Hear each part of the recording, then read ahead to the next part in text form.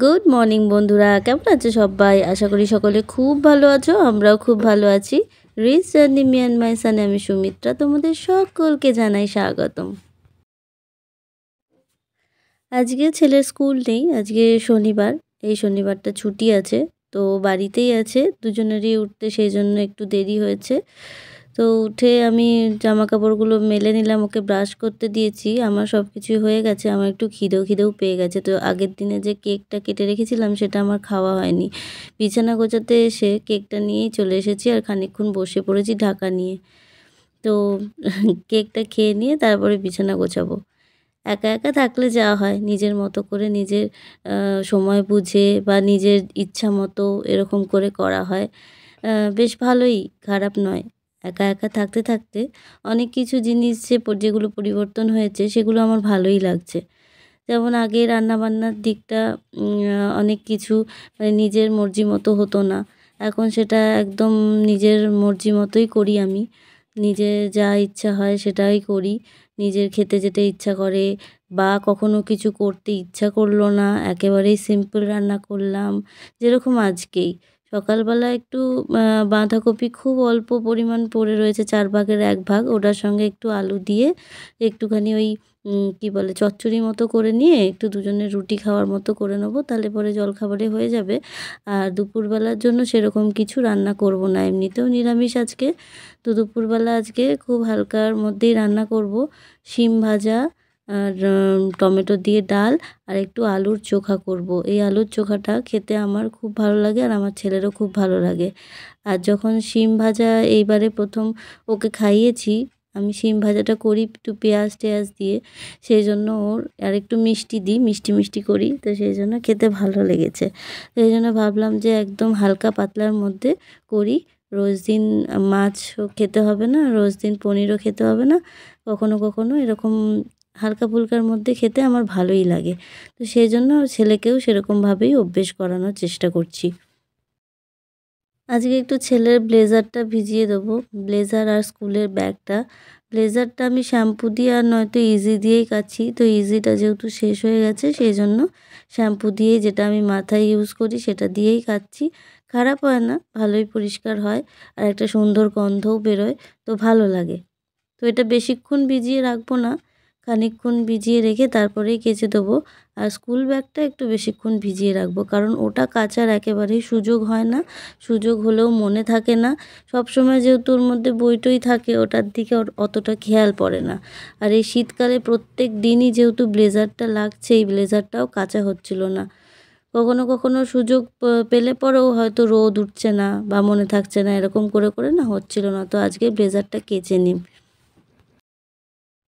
জলখাবারটা ছেলেকে খেতে দিয়ে দিয়েছি। আমি এটা ভিজিয়ে টিজিয়ে তারপরে বসবো খেতে। ওকে রুটিটা ছিঁড়ে দিয়ে দিলে রুটিটা খেয়ে নেয়। ভাতটা খেতেই ঝামেলা করে এখনো অবধি। এদিকে আমি ভাতটা বসিয়ে দিয়েছিলাম, ওদিকে ভাতটা প্রায় হয়ে এসেছে। আর আমি তারপরে শিম ভাজাটা করে নেব।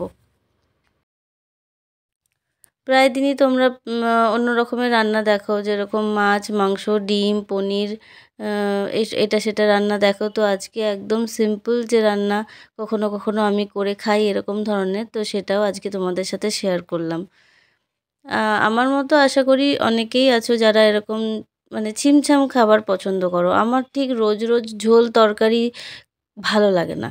এটা আমার আগাগোড়াই। ঝোল তরকারিটা আমার খুব রোজ রোজ একদম পছন্দ না। মাছও হলে পরেও সেটা আমি কখনো কখনো কী করি, একদম মানে ভাজা করি। ভাজাটাও একটুখানি পেঁয়াজ দিই, পেঁয়াজ কুচি করে, রসুন কুচি করে ওরকমভাবে মাছ ভেজে শুকনো লঙ্কা ফোড়ন দিয়ে ভাবে কখনো খেয়ে দেখবে, ভালো লাগে ডাল দিয়ে। আমি সবসময় ঝোল তরকারি ভালোবাসি না। তো এই দেখো, আমি বলেছিলাম শিমের মধ্যে আমি পেঁয়াজ আর একটু মিষ্টি দিই, তো সেই জন্য খেতে ভালো লাগে আর শুকনো লঙ্কা ফোড়ন দিই। এবার আমি ডালটা ফোড়ন দিলাম, মানে দেবো। ডালের মধ্যে আমি কাঁচা লঙ্কা ফোড়নে দিয়েছি, শুকনো লঙ্কা দেবো না খুব বেশি যদি ঝাল হয়ে যায়। আর টমেটো, তেজপাতা আর 5 ফোড়ন এই দিয়েছি ফোড়নে। এই দিয়ে ডালটা করব। খেতে কিন্তু অসাধারণ হয় মসুর ডাল। আমার ভীষণ ভালো লাগে। আর গরম গরম মানে শীতকালে আমি গরম গরম ছাড়া একেবারেই খেতে পারি না। আর শেষে এই ধনেপাতার টাচটা, ওহ অসাধারণ! ডালটা সত্যিই খেতে অপূর্ব হয়েছিল। তো এরপরে আমি করব হচ্ছে গিয়ে, আলুটা তো ভাতের সাথেই সিদ্ধ করে নিয়েছি। খুব অল্প একটাই আলু দিয়েছি দুজনের জন্য, ওটাই এনাফ। তো এবার শুকনো লঙ্কা ফোড়ন দিয়ে পেঁয়াজটা ভেজে নেব। এটা কাঁচা লঙ্কা দিয়ে খুব একটা ভালো লাগে না, এটা কিন্তু শুকনো লঙ্কা দিয়েই ভালো লাগে।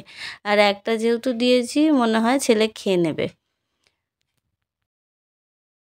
যদিও শুকনো লঙ্কাতে একটু গ্যাস অম্বলটা হয়, কিন্তু এই আলুর চোখাটা আবার শুকনো লঙ্কা না দিলে ভালোও লাগে না, সেই ফ্লেভারটা আসে না। তো এটা তো আজকে ইচ্ছা করেই করেছি, সেই জন্য একটু যেমন করে সেরকমভাবেই করেছিলাম। তো দেখো রান্না বান্না সব কিছু কমপ্লিট, এবার আমরা চলে এসেছি একেবারে সন্ধেবেলা। আজকে ছেলে বলল যে একটুখানি তোমার ওই দুধ খাবে। দুধ খাবে মানে একটু ওই যেটা হেলথ ড্রিঙ্ক খায় ও বর্নভিটা, সেটা দিয়ে খাবে। তো ওকে ওটা সন্ধেবেলা করে দিচ্ছি, প্রায় অনেক দিন পরে ও দুধ খাচ্ছে।